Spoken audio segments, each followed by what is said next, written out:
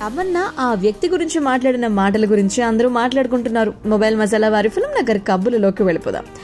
ఇంతకు ముందు నేను సుందర్ గారి దర్శకత్వంలో యాక్షన్ సినిమాలో నటించాను. బ్యాక్లోనూ కొంత యాక్షన్ అయితే ఉంది. ప్రోమో సాంగ్ అయ్యయ్యో మీ అందరికీ నచ్చిందా? ఆ పాటలో ఉన్నటువంటి గ్లామర్ సినిమాలో కనిపించదు. అది ప్రచారం కోసం చేసినటువంటి స్పెషల్ సాంగ్ అనమాట.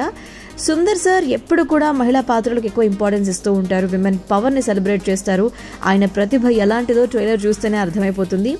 రాశి ఖన్నాతో కలిసి గతంలో బెంగాల్ టైగర్ సినిమాలో నటించాను. ఇండస్ట్రీలో ఇలాంటి వ్యక్తి నేను చూడలేదు. నిజాయితీగా వర్క్ చేస్తుంది కోవేశ్వరుల మేడంని నేను ఇంకా మరిన్ని సినిమాల్లో చూడాలని కోరుకుంటున్నాను అని చెప్పి తను చెప్పడం జరిగింది.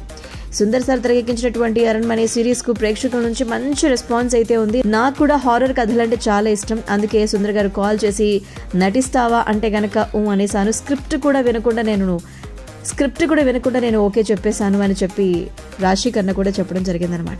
సో ఈ వారమే చూసేపోతున్నాం వీళ్ళిద్దరు కాంబినేషన్లో రాబోతున్న బ్యాక్.